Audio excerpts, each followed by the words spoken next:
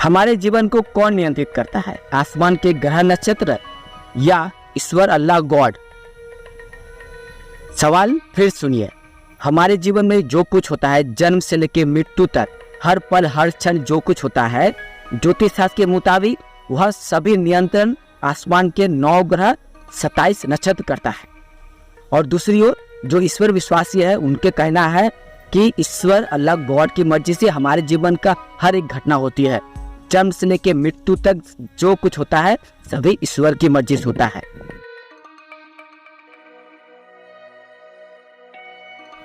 नमस्कार, मैं संतोष शर्मा और आप सब देख रहे ऑटोबायोग्राफी यानी मेरी आत्मकथा। और मैं अपनी आत्मकथा में आप सभी से मेरे जीवन के जुड़े कुछ बातें, कुछ अनुभव आपके सामने रखता हूँ। मैं एक तर्कवादी हूँ, युक्तिवादी हूँ और अपने जीवन में जो कुछ ज्ञान अर्जित किया है युक्तिवादी आनंद करते हुए, उसी को एक अनुभव के तौर पे, एक्सपीरियंस के रूप में आपके सामने रखने की कोशिश करता हूँ, ताकि आपके मन में अगर कोई अंधविश्वास है, कुसंस्कार है, कुरीतियाँ है, उससे आप दूर निकल सके। इसी कोशिश के तहत मैं यह वीडियो आपके सामने लाया हूँ। शुरुआत में मैंने कहा कि हमारे जीवन को कौन नियंत्रित करता है? आसमान के ग्रह नक्षत्र या ईश्वर? यानी हमारे जीवन को नियंत्रित करने वाले 2 धारणाएं हैं। एक और ज्योतिष शास्त्र के मुताबिक हमारे जीवन को नियंत्रित करता है ग्रह नक्षत्र आदि, और दूसरी ओर ईश्वर विश्वासी के मुताबिक हमारे जीवन में जो कुछ होता है वह ईश्वर अल्लाह गॉड की मर्जी से होता है। लेकिन आप अगर एक पढ़े लिखे हैं, शुभचिंतक है, उच्च शिक्षित है, तर्कवादी हैं, तो आपके दृष्टि में ना ईश्वर अल्लाह गॉड है, ना ज्योतिष शास्त्र का कोई महत्व है। क्योंकि तर्कवादी की दृष्टि में ज्योतिष शास्त्र कोई विज्ञान नहीं है, यह अविज्ञान है, अनसाइंटिफिक है, या पूरी तरह से पाखंड है। लेकिन ज्योतिष शास्त्र के नाम पर ज्योतिषी लोगों को ठगने के लिए तरह तरह का हथकंडे अपनाते हैं, तरह तरह के कर्मकांड करवाते हैं, विज्ञापन देते हैं। और दूसरी ओर ईश्वर अल्लाह गॉड पर विश्वास करने वाले लोगों का दावा है कि हमारे जीवन में जो कुछ होता है सभी कुछ ईश्वर ही करता है। लेकिन हम तर्कवादी कहते हैं कि ईश्वर अल्लाह गॉड एक अफवाह है, इसका वास्तव में कोई अस्तित्व नहीं है, हम अपनी कल्पना से इसे बनाया। और इस कारण आज कुछ नास्तिक आ गए, कुछ आस्तिक भी है। अगर ईश्वर होता तो सभी कोई आस्तिक होते, ईश्वर होता तो नास्तिक नहीं होता। हमारे जैसे नास्तिक है, इससे साबित होता है ईश्वर नहीं है।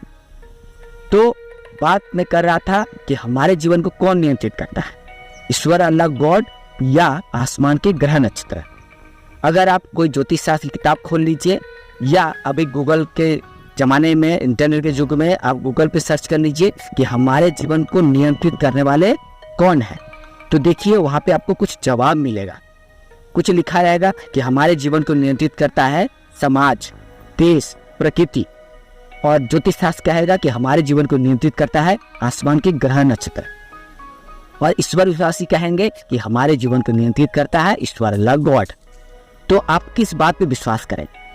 लेकिन अगर आप शिक्षित हैं, पढ़े लिखे हैं, तार्किक व्यक्ति हैं, तो आप ना तो ज्योतिष शास्त्र की बातों पर विश्वास करेंगे, ना ईश्वर अल्लाह गॉड की बातों पर विश्वास करेंगे।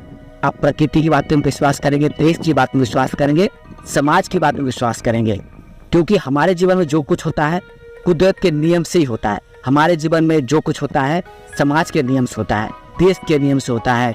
यानी हमारे आंखों के सामने जो कुछ है वही हमारे जीवन से जुड़ा हुआ है और वही हमारे जीवन को नियंत्रित करता है।